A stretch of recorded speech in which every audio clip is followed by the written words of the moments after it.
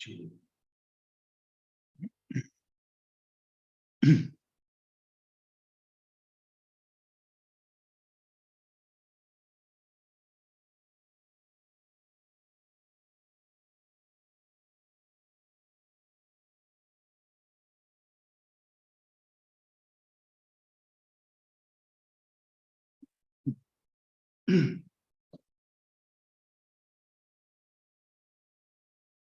예, 오늘은 행복원리, 창조원리 강좌 6일째, 아까 기도의 5일째인데 오늘 6일째 강의가 시작되겠습니다.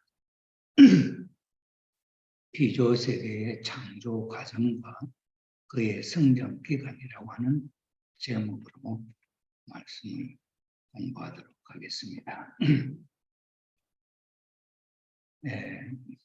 하나님께서 이 피조세계를 창조하신 그 과정이 창세기에 나와 있는데 그 내용을 중심 삼고 한번 보도록 하겠습니다.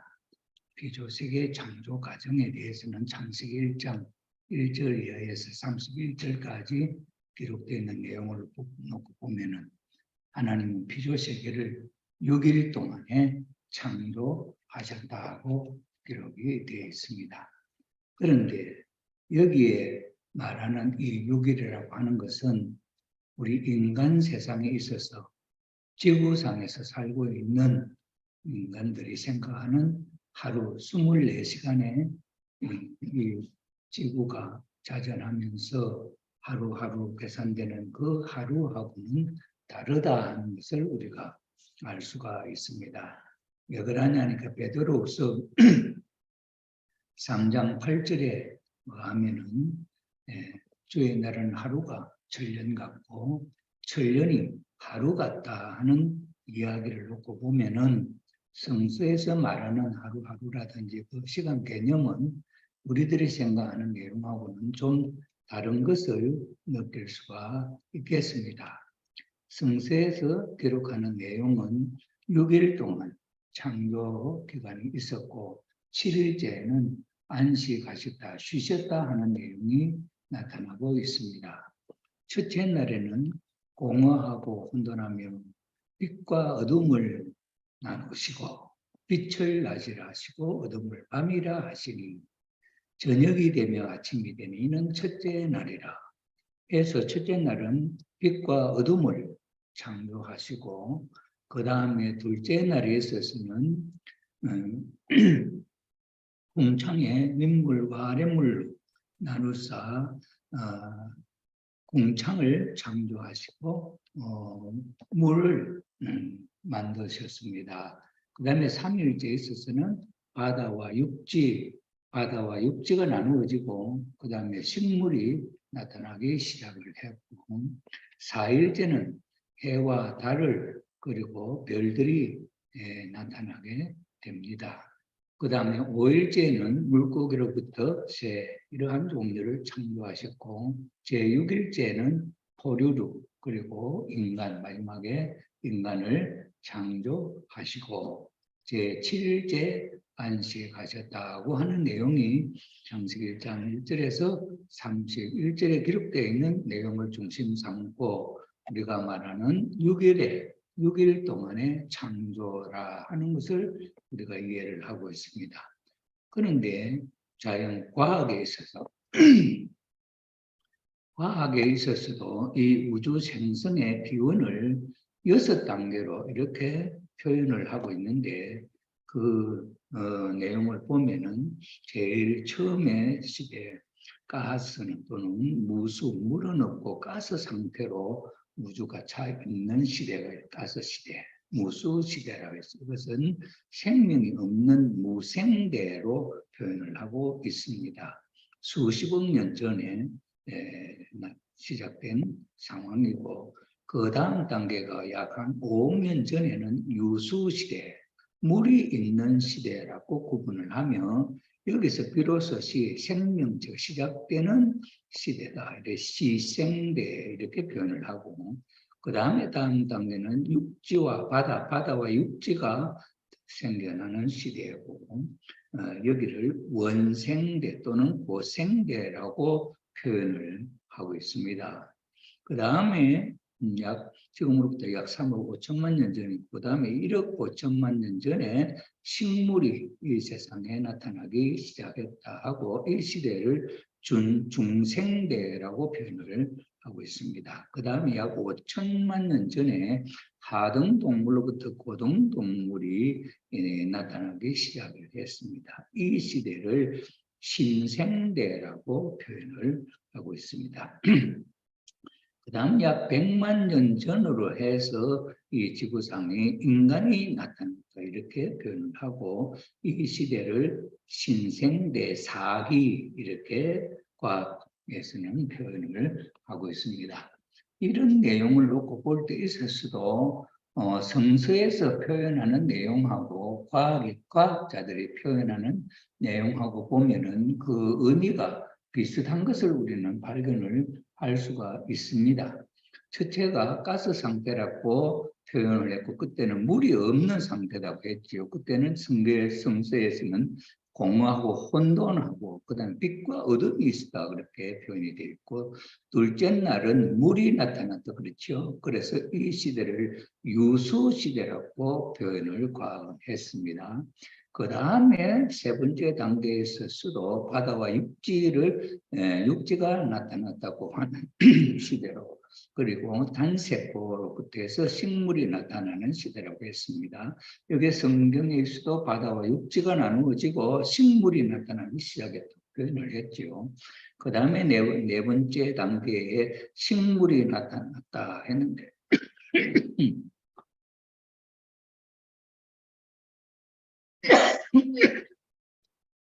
그런데 여기서 성서에서는 해와 달과 별들이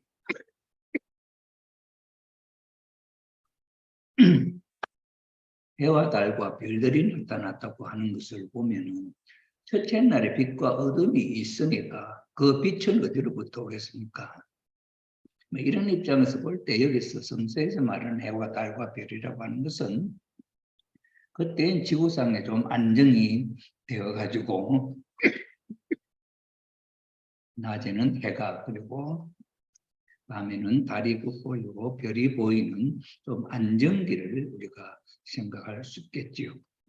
그래서 과학자는 이때는 식물이 나타나는 시대라고 표현을 했고 다섯 번째 단계에는 가등동물에서부터 고등동물이 되는데 여기 물고기와 새로 표현이 되어 있죠. 그 다음에 이제 6일째 포유류로 해서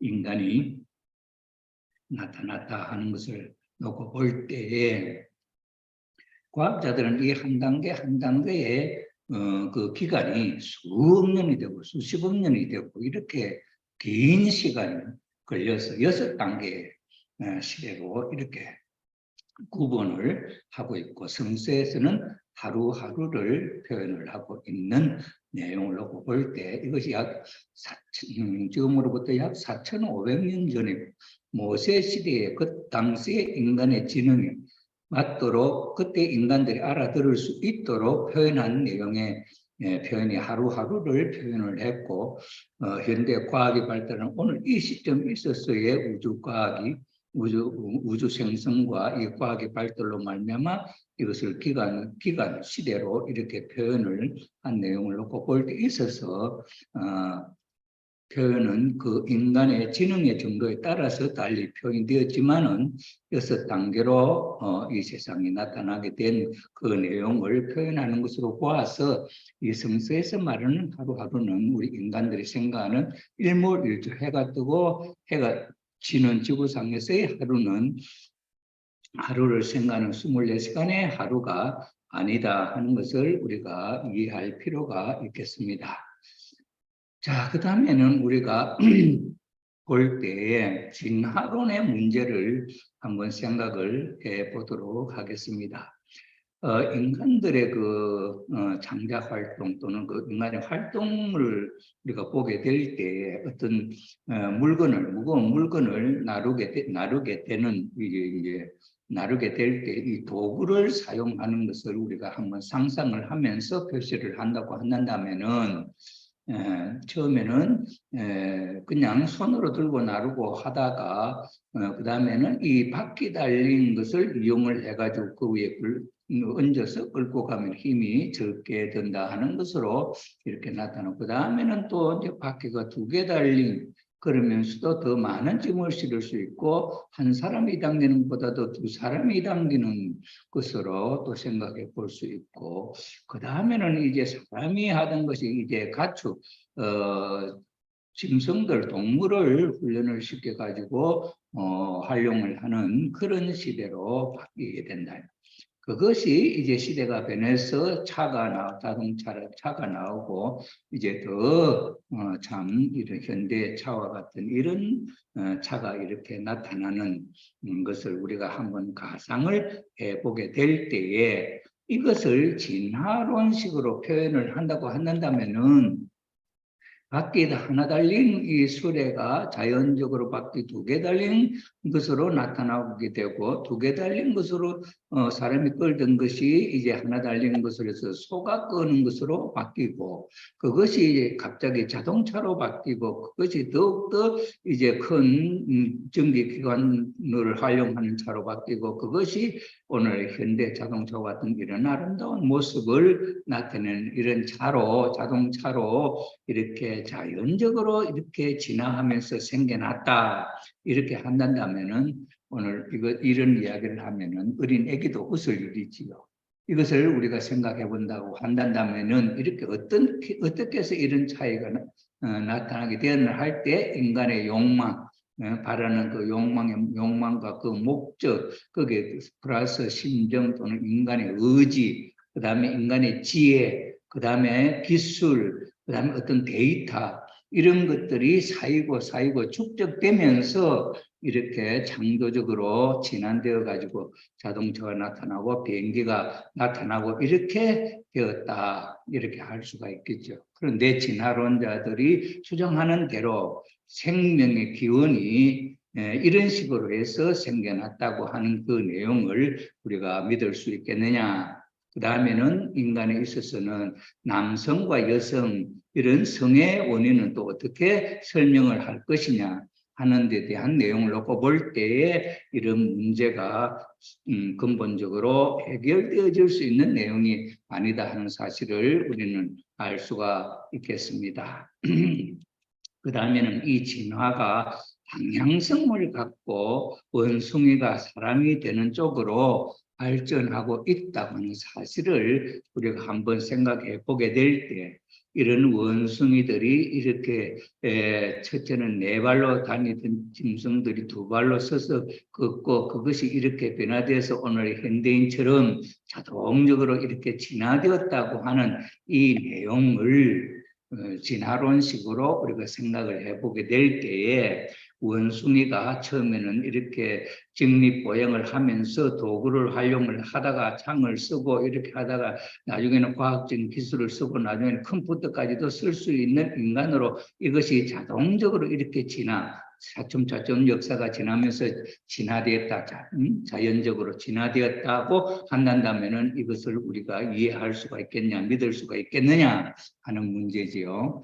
이렇게 볼 때 있어서 이 진화라고 하는 것은 우리가 그렇게 오늘날 과학자들이 말하는 진화론식으로 그렇게 되었다고 할 수 없는 입장인 것을 우리가 알 수가 있습니다. 오늘날 과학자들이 말하는 이 지구상에 나타난 생명체의 출현을 우리가 놓고 볼 때 처음에 어떤 원인에 의해서 처음에 그 다음에는 아메바라고 하는 것, 그 다음에는 원생동물이 생겨나고 그 다음에는 환영동물이 생겨나고 그 다음에 연체동물이 그 다음에는 극피동물이 생겨나고 그 다음에는 양서류가 생겨나고 그 다음에는 하충류가 생겨나고 그 다음에는 포유류, 저절바는 동물들이 생겨나고 그 다음에는 원숭이가 생겨나고 그 다음에 인간이 이렇게 나타났다 하는 이것을 진화론자들의 표현을 빌려서 아메바가 원생동물로 원생동물, 환행동물로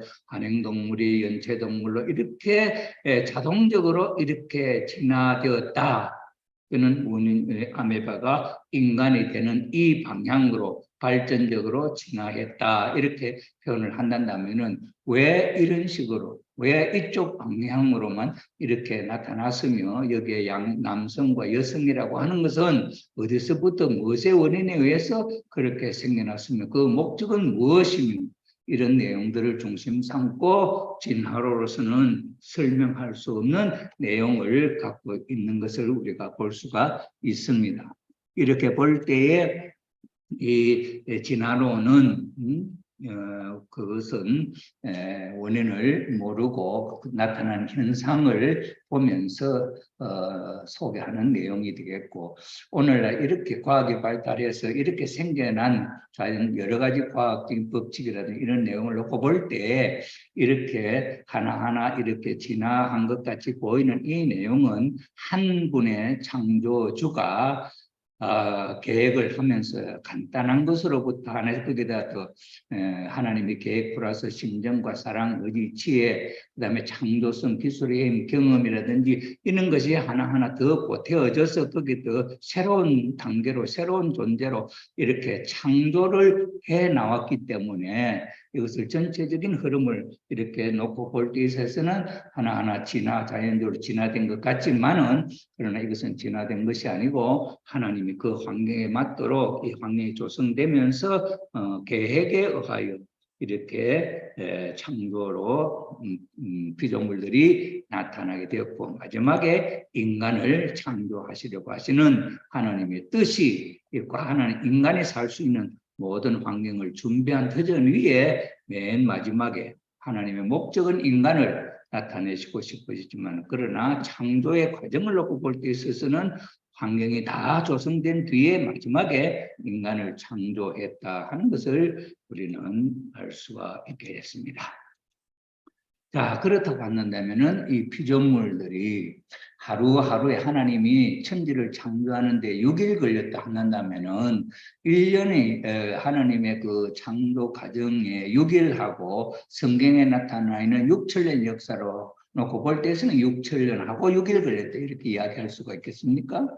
이런 면에 있어서 여기에는 옛날 그 표현에 좀 간단하게 표현이 되었지만 그러나 그 속에 담겨져 있는 내용을 우리가 놓고 볼 때에 무엇이든 어떤 원인이든지 간에 그 결과가 나타나기까지에는 시간이 소요가 되어야 됩니다. 물리적인 변화라든지 화학적인 변화가 나타나는 결과가 나타나는 데 있어도 반드시 시간이 경과한 이후에 결과가 나타나죠. 원자 폭탄이 터지는 데 있어서도 버튼을 누르고 터지는 데는 0.1초라도 시간이 지나지 않고는 그런 결과가 나타날 수 없는 거죠. 이런 면에 있어서 볼 때 이 시간이라고 하는 것은 피조물이 결과가 나타나기까지 어떤 성장 기간이 필요했다 하는 것을 우리가 이해할 수가 있겠습니다.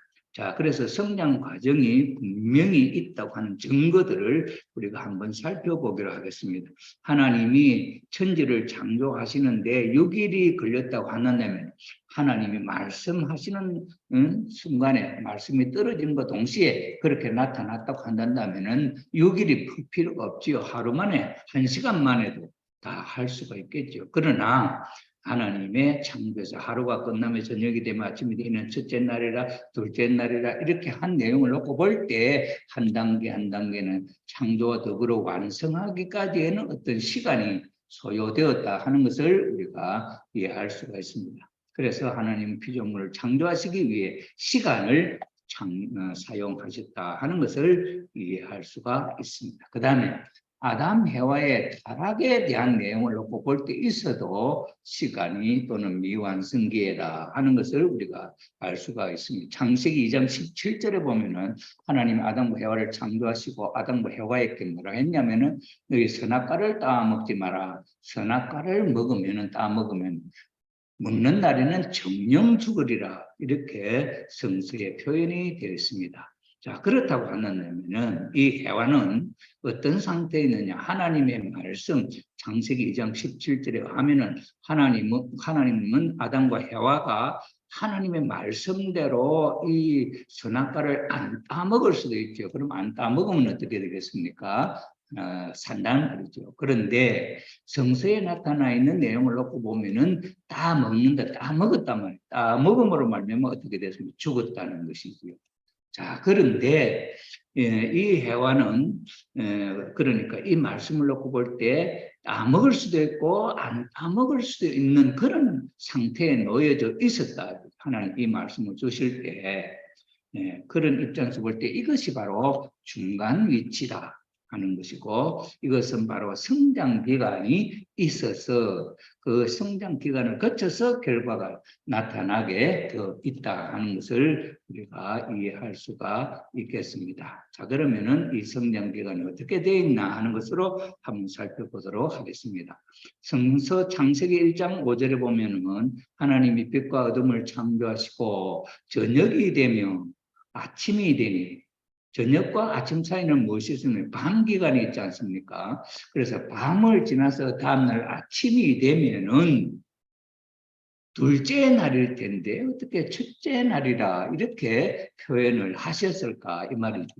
그렇다고 한다면 이 저녁은 무슨 의미를 갖고 있느냐 할 때 하나님의 창조의 작업이 완료된 시점이다 이렇게 이야기를 할 수 있고, 이것이 이제 완성이 되어서 사용될 수 있는 존재의 목적을 완성할 수 있는 그런 단계까지에는 성장 기간이라고 하는 이 밤 기간을 지나서 그렇게 될 수 있다는 사실을 우리가 이해할 수가 있는 것입니다. 예를 들어서 우리가 분필을 만드는 것을 우리가 한번 놓고 생각을 해본다면은 해 있지 않습니까? 흰 가루 해를 물하고 섞어가지고 이제 만들지 않겠습니까? 틀에 넣어갖고 이렇게 만들 때에 처음에 그 모양을 나타낼 때 수분이 있는 그것은 분필로서 쓸 수는 없잖아요. 아직 말라야 쓸 수 있죠. 그런 것을 놓고 볼 때 그렇게 작업이 완료된 상태가 저녁이고, 그 다음에 밤 기간이라고 하는 것은 뭐냐니까 그것이 이제 수분이 마르면서 다음날 상품으로서 물건을 사용할 수 있는 이 시점을 성서에서는 아침이다 이렇게 표현을 했다 이런 것이죠. 자, 이런 면에 있어서 작업을 완료하고 분필이 건조되는 이 기간은 성장 기간이고, 그것이 건조되어서 사용할 수 있는 상품으로 쓸 수 있는 존재의 목적을 완성한 그 상태를 아침이다 이렇게 표현을 했다고 보죠. 그러니 이것이 바로 성장 기간이 있었다 하는 것을 의미한다고 우리가 볼 수가 있겠습니다. 하나 더 예를 들어서 우리는 씨가 싹이 나서 자라 꽃이 피고 열매 맺는 과정을 한번 살펴본다고 한다면은, 씨가 이것이 처음에 싹이 나는 때가 있을 것이고 뿌리가 나면서 그 다음에 이렇게 줄기로 성장하는 때가 있을 것이고, 그 다음에 꽃이 피고 열매가 완성이 있는 그런 단계가 있을 것이다 이 말이죠. 이렇게 볼 때에 씨가 싹이 나는 단계, 성장하는 단계, 꽃이 피고 열매 맺는 단계 이렇게 나누어 보게 될 때에 소생기, 장성기, 완성기 이렇게 우리는 구분을 해볼 수가 있겠습니다. 이렇게 기간을 지나서 이거 완성된 하나의 결과물을 우리는 볼 수 있다. 그러니 이 기간을 성장 기간이라 이렇게 원리에서는 표현을 했습니다. 그러니 모든 피조물들은 완성하기까지는 반드시 이 성장기간, 소생기, 장성기, 완성기, 성장기간을 거쳐서 완성할 수 있도록 창조되었다 하는 것입니다. 그런데 이 기간이 있어서는 어떻게 지나느냐 할 때 여기는 하나님이 창조 원리의 자율성과 원리의 주관성에 의해서 스스로 이렇게 성장하도록 만들었다 하는 것입니다. 이 말은 무슨 말이냐 하니까 이 씨 속에는 생명력이 있어가지고 조건이 적당한 수분과 온도와 공기만 있으면은 이것이 싹이 트고 성장할 수 있는 그런 자율성이 있다는 것이지. 그런데 이 씨가 성장하는데 무한정 성장하는 것이 아니고 어느 정도 잎사귀라든지 키가 성장하면은 꽃이 피고 그 다음에 열매를 맺고 하는 그 어떤 환경에 시점들이 있다. 이걸 뭐라 하느냐? 원리의 주관성이라 이렇게 표현을 한 것이죠. 예를 들어서 우리 인체의 몸을 놓고 볼 때 우리 인간의 아기로 태어날 때도 보면 손은 손발 있고 다리가 있고 다 있지 않습니까? 그렇지만 어른의 손과 어린 아기의 손은 차이가 있죠. 크기도 작고. 그런데 이 아기의 손발이 어른이 되어도 계속 무작정 무한정으로 크지는 않는다 이거예요. 그렇기 때문에 키가 적은 사람이 키가 크고 싶어도 안 커지고 키 큰 사람이 또 더 이상 무작정 계속 크는 것도 아니지. 그래서 예를 들어서 감나무 같은 감나무 잎사귀는 모습은 다른 살구나무나 배나무 잎사귀와 다르고 그 모양을 나타내죠. 그것이 바로 원리의 주관성이라 이렇게 표현을 할 수 있다는. 자율성은 뭐냐? 자연스럽게 성장, 생명력에서 성장해 가는 것은 누가 이래 크라 그런 소리 안 하고 성장해라 아무도 말하지 않아도 일단 그 생명력 속에 그런 자율성이 있어서 그 DNA의 프로그램에 의해서 성장하고 그 다음에 생명이 마지막 죽는 그런 단계가 연결되어 있다. 이것을 원리의 자율성 또는 원리의 주관성이라 이렇게 이야기를 합니다. 그러니 이 기간에 있어서는 원리의 결과 주관권, 원리에 의해서 되어지는 영향력을 받는 그런 기간이기 때문에 하나님께서 이 모든 피조 만물을 창조하셔도 직접적으로 관여하지 않으시고 원리를 가지고 주관을 하시면서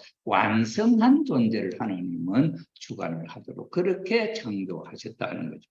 그리고 인간도 마찬가지죠. 인간의 몸은 태어나면서 엄마 뱃속에서부터 정자와 난자가 수정이 되면서 거기서부터 또 성장을 하지 않습니까? 아기가 성인 10달 동안에 그만 뱃속에서 인간으로서의 구조를 갖추어 최소한의 구조를 갖추어서 10달만 이 세상에 태어나죠. 그러니 그 생성 인체를 구성하는 그것은 원리의 자율성 의해서 그렇게 되게 되어 있고 그 아기가 뭐 어른같이 이렇게 크지는 않는다. 10달 만에 있어서는 어린 아기의 모습을 갖추어서 이 자궁을 거쳐서 이 세상에 태어나는 그런 프로그래밍이 있다. 그러면 이 세상에 태어나서 그 다음에 어린 아기로서 자라는 유아기, 소년기, 그 다음에 청년기, 장년기 해서 또 성장하는 기간이 있죠. 그 다음에 인간의 키나 코도 말이죠. 이 코가 무작정 자꾸 높아지지 않고 이 귀도 무작정 크지 않죠. 이 모양, 어떤 모양의 틀의 형성이 될 때는 주관의 의상은 더 크지 않죠. 이것을 원리의 주관성이라 해서 그 모양의 구체적으로 모양을 나타나게 만드는 그런 내용들이 이 원리 속에 들어 있었다. 그것이 간접적으로 이 성장력에 어린애기로부터 어른으로 성장하는 이 기간에는 이것의 자율성과 주관성에서 성장을 하게 되어 있다. 그래서 완성하면은 완성한 인간을 하나님이 직접 주관하시고 그 다음에 이 완성한 인간은 이 피조 만물, 완성한 피조 만물을 직접 주관하는 그런 관계로 이 세상을 창조하셨습니다. 그래서 하나님의 직접 주관권은 완성권, 이 성장 기간을 거쳐서 완성할 때 하나님이 주관을 한다. 예를 들어서 인간의 만물, 피조 만물을 주관하는 데 있어서도 벽실을 뿌려놓으면 그 순간에 다시 농부가 수확을 못하자는 거죠. 싹이 나고 성장하고 하는 기간은 이걸 그대로 두고 보지 않습니까? 그름을 주며 김을 매주고 그 다음에는 배도 꽃이 펴서 그 다음에 안에 알이 생기고 그것이 연근은 기간을 지나서 가을에 추수할 때가 되었을 때 이건 알곡을 추수하죠. 주관하게 되어 있죠. 이런 원칙이 있죠. 그래서 이렇게 하도록 되어 있는데 그런데 이 피조물, 식물이나 동물이나 모든 피조물을 인간이 주관을 한다 하면은 주관이라고 하는 것은 동법에서는 주관을 할 수가 없다. 왜 그러냐? 네가 왜 나를 주관하냐? 어떻게 뭐 때문에 주관하냐? 이렇게 할 수가 있지요. 그런데 하나님이 인간에게 주관을 할 수 있도록 주관성을 부여하신 것은 만물보다도 다른 그보다 나은 어떤 것을 갖고 있을 때 그렇게 할 수 있다는 거죠. 그래서 하나님도 간섭할 수 없는 이 성장 기간에 인간 스스로 하나님이 주신 계명의 말씀, 따먹지 말라는 그 계명의 말씀을 지켜서 완성하면 만물에게 없는 이 계명을 인간은 스스로 지켜서 하나님의 성품을 닮아서 만물을 주관할 수 있는 주인의 자격을 가질 수 있도록 그렇게 하도록 인간에게 책임 분담을 주었다는 것. 그래서 인간의 책임 분담을 해서 이 성장 기간을 믿음으로 거쳐 완성하면은 이 완성한 인간의 만물을 주관하고 이 완성한 인간을 하나님이 직접 주관할 수 있도록 그렇게 원리를 세우셨습니다. 그런데 아담과 해와는 성장 기간에 이 하나님이 주신 따먹지 말라는 계명을 지켜서 완성하지 못하고 따먹고 타락함으로 말미암아 인간은 이 원리편에서 벗어나 지옥으로 떨어졌다. 그래서 완성한 인간이 되지 못했다. 자, 그래서 인간에게는 왜 계명을 주셔서 이렇게 타락하도록 하였느냐 하는 데 대한 내용을 우리가 한번 살펴볼 수가 있겠습니다. 인간에게 따먹지 말라고 하는 이 계명을 하나님이 주신 이유는 어디에 있을까? 인간 자신의 책임 분담에는 하나님도 간섭할 수 없는 것으로 인간에게 책임 분담을 주었습니다. 그래서 이 책임 분담은 하나님의 창조성을 닮아 그 다음에 하나님의 창조 위협에 가담케 하심으로써 자기가 자기 스스로를 창조 책임 분담으로 자기를 만들어서 하나님이 완성한 인간을 만들지 않으셨기 때문에 우리가 성장해서 자기 스스로를 창조를 한 입장에서 그래서 인간도 창조주의 입장에서 자기 스스로 성장을 해서 자기를 만들어 완성한 존재가 되므로 하나님이 창조를 완성시키지 못한 그 인간이 자기 스스로 완성함으로 말미암아 하나님의 창조 위협에 창조하시는 그 뜻에 함께 동참하고 가담케 하심으로써 창조주 하나님이 인간을 주관하시듯이 하나님 인간을 주관하는 것은 하나님 인간을 지었기 때문에 창조했기 때문에 주관할 수 있는 그런 권세가 있듯이 인간도 자기 스스로를 창조함으로 말미암아 만물을 주관할 수 있는 그런 주인의 권한을 가지도록 그렇게 하기 위해서 만물에게 주지 아니하는 하나님이 인간에게 주신 축복의 말씀이 이렇게 생육하고 번성하여 땅에 충만하라 모든 만물을 다스리라 하신 그 내용은 자기 스스로 성장해서 완성해서 하나님의 창조성을 받아서 그 창조주 하나님과 같은 입장에서 만물을 주관할 수 있도록 그렇게 하나님은 원리를 세우셨기 때문에 인간의 그런 계명을 주셨다 하는 것을 우리는 알 수가 있는 것입니다. 그러면은 하나님의 뜻은 어떻게 완성이 되느냐 하면은 하나님의 책임으로 창조하신 그 책임 분담이 95%가 있고 여기에 인간 책임 분담 하나님이 관여하지 아니하시고 스스로 성장하면서 자신을 완성시키는 이것은 인간에게 주어진 책임 분담 이 5%가 충당이 되게 될 때 하나님의 뜻 성사는 인간의 완성은 인간의 힘 플러스 하나님과 함께 공동적으로 해서 100%의 뜻이 이루어지게 된다는 거죠.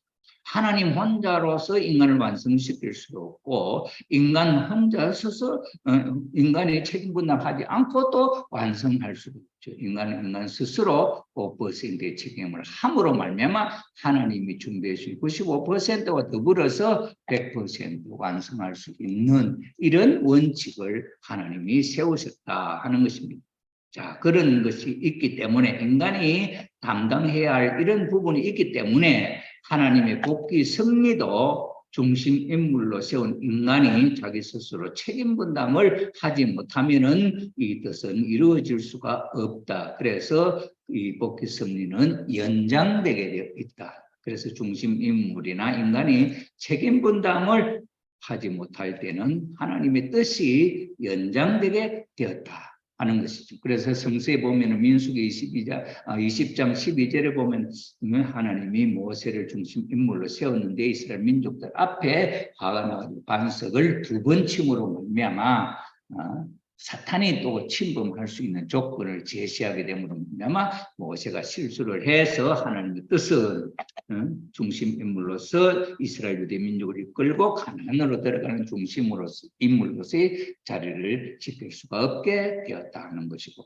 요한복음 3장 16절에 보면 하나님이 세상을 이처럼 사랑하사 독생자를 이 세상을 구원하는 구세주 그리스도 메시아를 보내주셨는데, 이 보내시는 메시아는 하나님이 보내주셨고 우리는 그 보내주신 메시아 구세주를 믿고 모시면은 그를 통해서 우리는 구원을 받고 영생을 얻을 수가 있죠. 그래서 믿고 하는 것은 내 책임 분담이에요.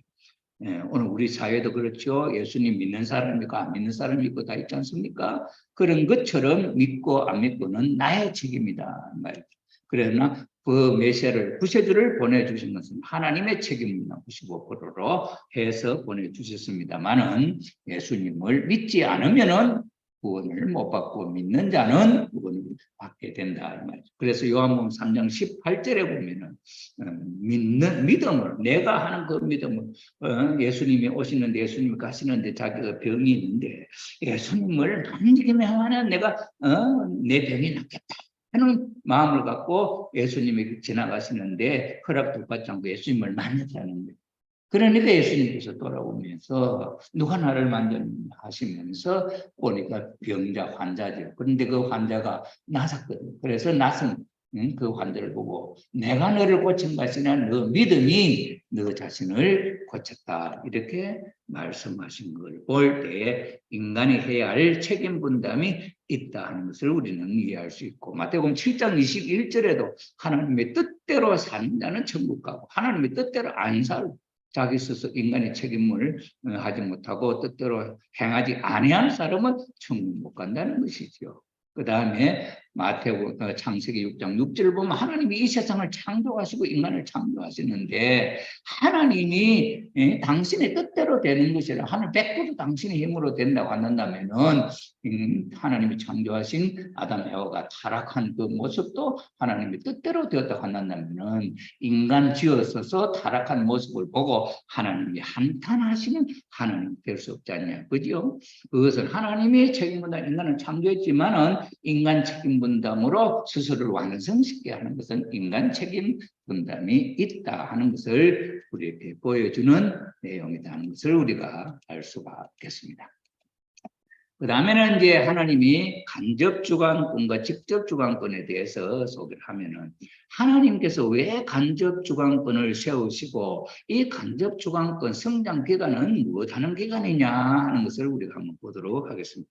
하나님은 온전하신 분, 완전하신 분, 절대자이신데 하나님이 완전한 대상이 되기 위해 그도 완전하지 않으면 사람이 완전하신 하나님 절대자 하나님의 주체 앞에 대상으로 인간이 지원받았는데, 이 대상으로 지원받은 인간은 일시적으로 한다든지 한순간적으로 이렇게 있다가 있을 대상이 아니고 영원한 주체 하나님 앞에 영원한 대상으로 세워져서 창조된 인간이기 때문에 그러한 존재 대상으로 되기 위해서는 이 대상도 완전하지 않으면 안 됩니다. 그래서 하나님은 먼저 원리를 세우시고 그 다음에 창조 역사를 시작하셔서 이 모든 피조물이 완성하기까지는 원리의 자율성과 주관성에 의해서 완성하도록 세운 원리가 있다는 거예요. 그 다음에 그래서 인간은 이 완성은 어떻게 되냐, 육신의 완성과 마음의 완성을 놓고 볼 수 있는데, 이 육신의 완성은 원리의 자율성과 주관성에 의해서 완성한 이것은 동물과 똑같이 자동적으로 그렇게 될 수 있습니다. 그런데 인간은 만물과 다른 점이 마음의 완성이 있기 때문에 이것은 어떻게 완성되느냐 하니까 하나님이 주신 말씀, 원리의 자율성과 주관성과 거기에 더해서 하나님이 주신 계명을 인간 책임 분담으로 지킴으로 말미암아서 완성할 수 있는 이런 원리를 세우셨다 이 말씀. 그렇기 때문에 이 기간은 하나님이 간접적으로 주관하시는 기간이 돼서 원리 결과를 봐가지고 완성한 것을 주관하기 때문에 원리 결과 주관권 또는 간접 주관권이라 이렇게 표현을 했습니다. 그 다음에는 하나님이 직접 주관권이 어떻게 되냐 하는 것을 보면은 하나님을 중심하고 아담과 해와가 개성을 완성해서 아담과 해와가 하나님을 중심으로 결혼을 해서 부부가 되어가지고 일체가 되어서 사위 기대를 완성. 하나님과 완성한 아담이 심정적으로 일체가 되고 그 다음에 하나님을 중심으로 완성한 아담의 뜻에 따라서 그의 대상 부인 해와가 남편과 일체가 될 때 사랑과 미를 잘 주고 잘 받아 선의 생활을 하도록 되어 있고 이렇게 될 때 하나님의 심정을 채우라고 하나님의 뜻을 잘 이해하고 하나님이 원하는 그런 삶 그래서 그들의 삶이 하나님의 뜻과 일치된 하나님의 뜻대로 사는 그런 삶이 되면은 그런 삶은 마치 하나님과 같은 모습이 되죠. 그래서 이것을 일컬어서 하나님처럼 된 그 인간은 제2의 하나님이 되고 이 인간에 대해서는 하나님이 직접 주관 그 속에 하나님이 원하는 그대로 움직이는 인간이 되기 때문에 하나님이 직접적으로 주관을 할 수 있는 인간이 되는 것이죠. 이렇게 된 것을 하나님의 직접 주관이라 이렇게 이야기를 합니다. 그 다음에 만물에 대한 인간의 직접 주관은 어떻게 이루어지느냐 할 때 하나님을 중심하고 그 다음에 그 인간의 가정에 있어서는 하나님을 중심하고 완성한 아담, 남편이 주체가 되었지 않습니까? 그죠? 그러니까 피조세계를 주관하는 데 있어서는 누가 주체가 되냐? 완성한 인간이 하나님을 중심하고 완성한 인간이 주체가 되고 그 다음에 피조물이 대상이 되는 것이죠.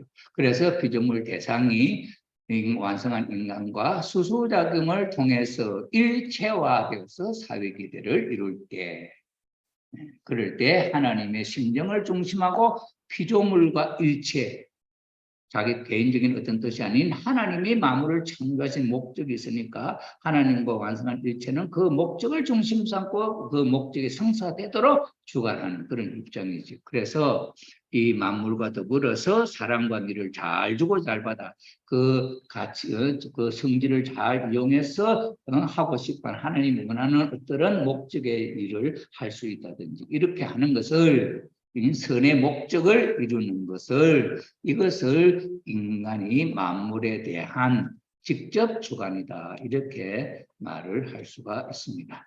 그 다음에 이 성장 기간은 어떻게 되어 있느냐 하니까 3단계로 되어 있는데 그게 소생장성 완성으로 이렇게 되어 있는데 인간의 삶에 있어서는 이것이 어떻게 나타나느냐 하니까 하나님 속에 있던 성품이 남자의 성품과 여자의 성품이 이렇게 창조돼서 아담과 해와로 나타났지요.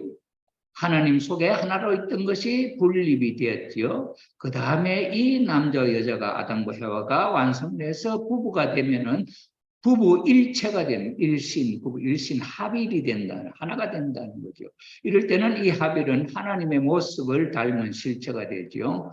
이 내용을 시간을 갖고 단계를 나눠 보면은 본래의 그 모습이 있는데 이것이 남자 여자로 갈라 분립이 되었다가 그 다음에 다시 수소작용을 통해서 합성일체화 되었다. 그래서 이렇게 나타나는 운동을 정분합 작용이라 이렇게 이야기를 합니다. 가정에서는 부모와 남편과 아내가 자녀들이 하루의 삶의 내용이 정분합 작용을 통해서 생활이 유지되고 그 다음에 모든 식물이나 모든 존재물에 있어서도 이 나타나는 과정은 정분합 작용에 의해서 발전하고 번식하고 한다는 것을 우리가 알 수가 있습니다. 여기서 3대성 목적이 또 이루어지게 되고 그래서 여기서 이렇게 사위기대가 이루어질 때 하나님의 대상으로서 영원성 또는 3차원의 세계, 자연세계 뭐 이런 모든 예를 놓고 볼 때 이러한 내용들이 많이 나타난다. 자연계에도 보면은 삼수, 숫자도 보면 삼수의 모습을 당한 머리 부분, 몸통 부분, 사지백체, 기체, 액체, 고체라든지 이러한 것도 그러한 모습을 닮은 내용이라 하는 사실을 우리가 이해할 수가 있겠습니다. 여기까지 해서 오늘 성장기 하나님이 필요세계를 창조하신 과정과 성장 기간에 대해서